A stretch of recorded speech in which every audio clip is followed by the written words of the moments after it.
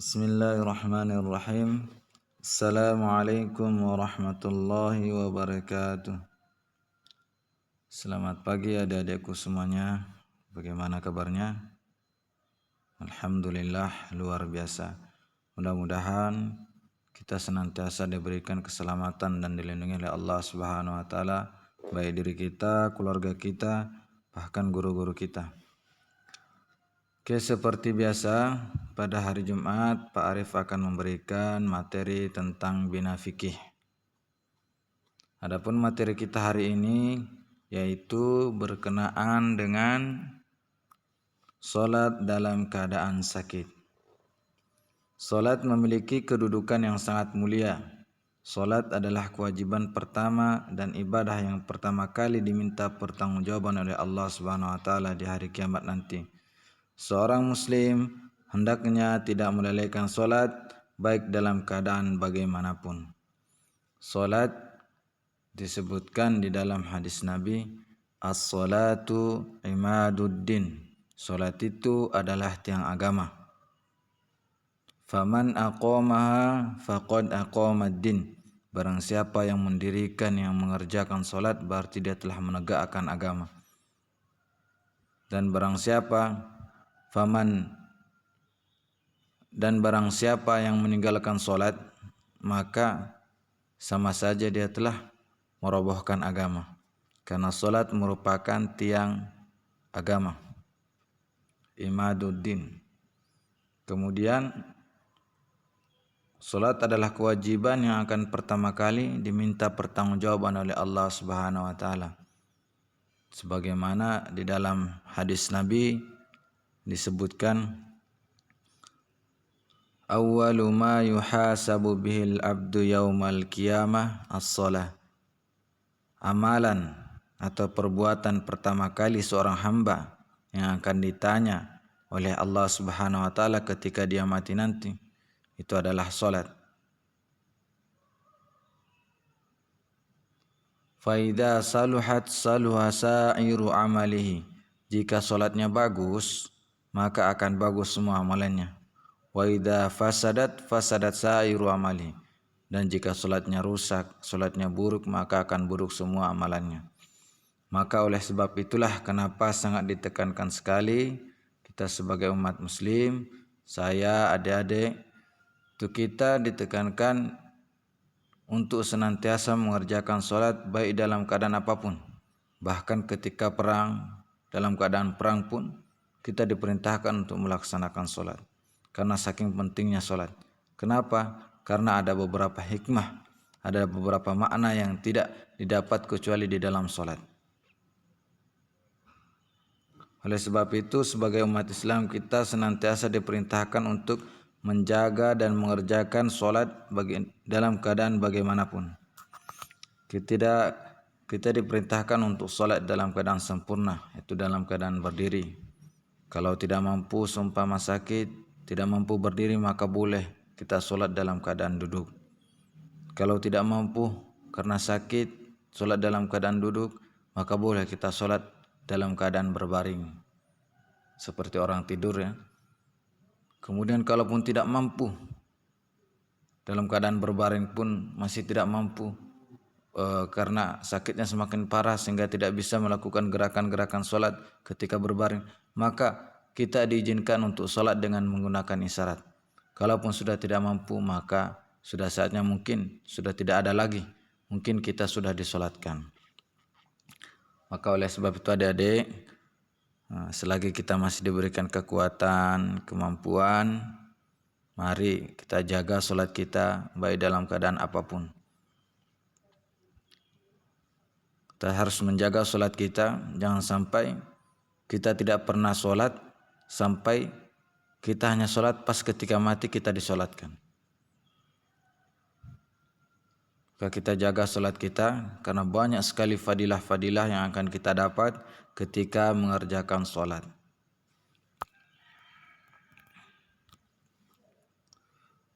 Salat adalah sebagai obat. Hadis riwayat Ibnu Majah yang artinya, Abu Hurairah berkata, Nabi SAW keluar ketika matahari sedang terik, Lalu aku datang dan solat. Lalu setelah itu aku duduk dan menoleh ke arah Nabi Muhammad SAW. Beliau pun bersabda, apakah kamu sakit perut? Jawabku, benar wahai Rasulullah. Beliau bersabda, solatlah karena dalam solat terdapat kesembuhan. Nah, ini adalah salah satu contoh bahwasanya di balik perintah solat itu ada banyak sekali keutamaan kelebihan. Bahkan di sini solat adalah sebagai obat.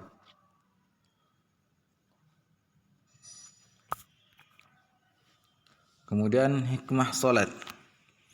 Ada banyak sekali hikmah solat. Kalau kita sebutin atau diperinci atau kita kaji satu-satu, sangat banyak sekali kelebihan-kelebihan yang Allah Subhanahu wa taala letakkan, yang Allah Subhanahu wa taala simpan di balik dari ibadah solat itu. Yang pertama, sebagai jalan untuk memohon kebaikan, keselamatan, kesembuhan, dan keselamatan dunia akhirat. Kenapa? Karena ketika seorang hamba sedang melakukan solat, maka disitulah posisi hamba yang paling dekat dengan Allah Subhanahu wa taala ketika dia sedang melakukan solat. Di dalam hadis qudsi itu Allah Subhanahu wa taala mengatakan, Al-Fatihatu qismani. Fatihah itu atau membaca surat Al-Fatihah itu ketika dalam keadaan solat itu dibagi dua. Sebagian buat hambaku dan sebagian buat aku, kata Allah Subhanahu wa taala. Maka ketika kita membaca alhamdulillahirabbil alamin, segala puji bagi Allah. Alhamdulillahirabbil alamin arrahmanirrahim, terus kita memuji kepada Allah Subhanahu wa taala sampai kepada ayat iyyaka na'budu wa iyyaka nasta'in. Berikanlah kami petunjuk. Iyyaka na'budu wa iyyaka nasta'in, hanya kepadamu kami menyembah. Wa iyyaka nasta'in, dan hanya kepadamu kami mohon pertolongan. Ihdinas siratal mustaqim, tunjukkanlah kami jalan lurus. Maka ketika kita membaca itu dalam keadaan salat, Allah Subhanahu wa taala pun langsung menjawab, hamidani abdi. Allah Subhanahu wa taala menjawab, bagi hambaku, untuk hambaku apa yang ia berikan, apa yang ia minta. Maka ketika kita berdoa di dalam solat membaca ihdinas siratal mustaqim, tunjukkan kami jalan lurus, maka ketika itu Allah Subhanahu wa taala menjawab, akan diberikan apa yang hambaku minta. Terus yang kedua, hikmah solat yang kedua yaitu menghilangkan penyakit hati seperti dengki, sombong, dan kikir. Nah, ini pelajarannya ada di dalam solat. Maka dengan ibadah solat kita diajarkan untuk menghilangkan kesombongan dalam diri. Setinggi apapun pangkat kita di kalangan manusia, maka ketika kita mengerjakan solat, datang ke masjid, melepas sepatu atau sandal, kemudian kita sujud, meletakkan anggota yang paling mulia dalam tubuh kita, yaitu kepala, diletakkan ke lantai. Sujud menyembah kepada Allah Subhanahu wa taala, menandakan bahwasanya kita tidak boleh menyombongkan diri, karena setinggi apapun jabatan kita, kita adalah hamba, makhluk ciptaan Allah Subhanahu wa taala. Kemudian hikmah salat yang selanjutnya yaitu menanamkan nilai kedisiplinan. Maka dengan melaksanakan ibadah salat secara langsung, adik-adik sekalian sedang diajarkan tentang nilai kedisiplinan. Di mana letak nilai kedisiplinan di dalam salat? Yaitu ketika kita melaksanakan bahwasanya salat duhur itu ada waktunya pas jam 12 atau lebih.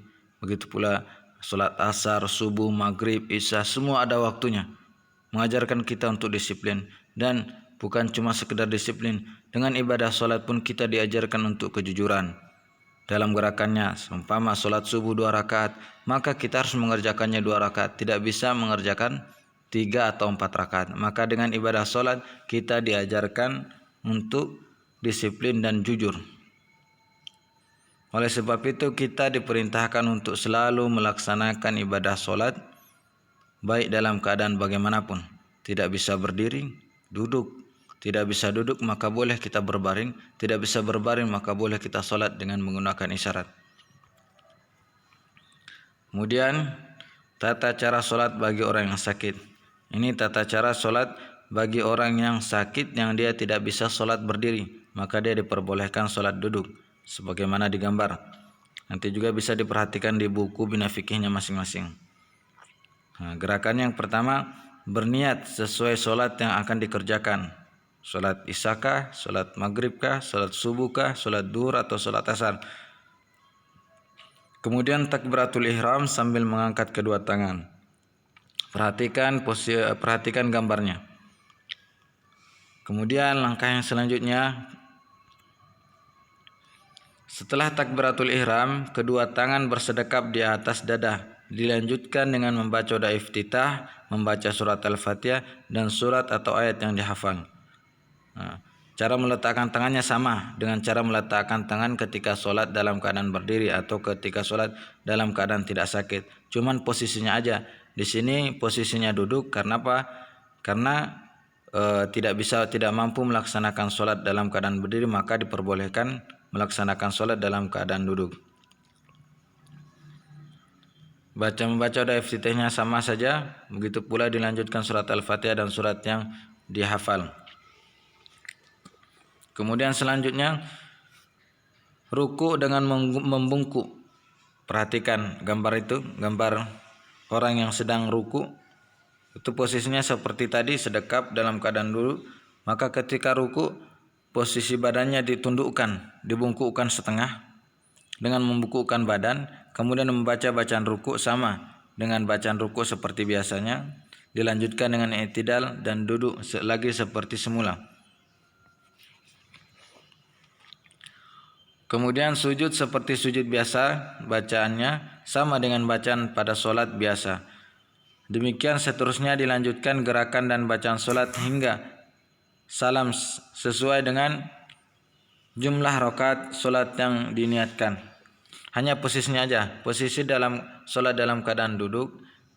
Untuk posisi duduknya aja yang beda dengan posisi berdiri. Adapun bacaannya semua sama dengan bacaan solat ketika solat tidak dalam keadaan sakit. Mungkin pada pertemuan hari ini materi kita hanya seputar solat dalam keadaan duduk.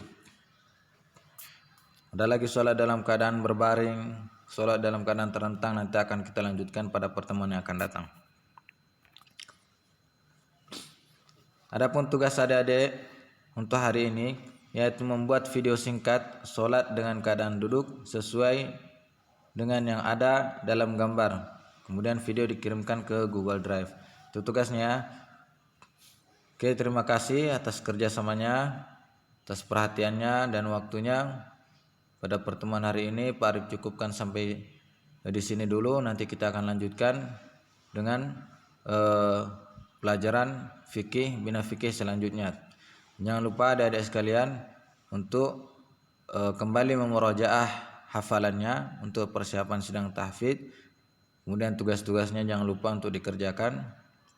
Jangan lupa untuk senantiasa kalau ada masalah bisa menghubungi langsung ke Pak Arif. Oke, Pak Arif cukupkan sekian. Assalamualaikum warahmatullahi wabarakatuh.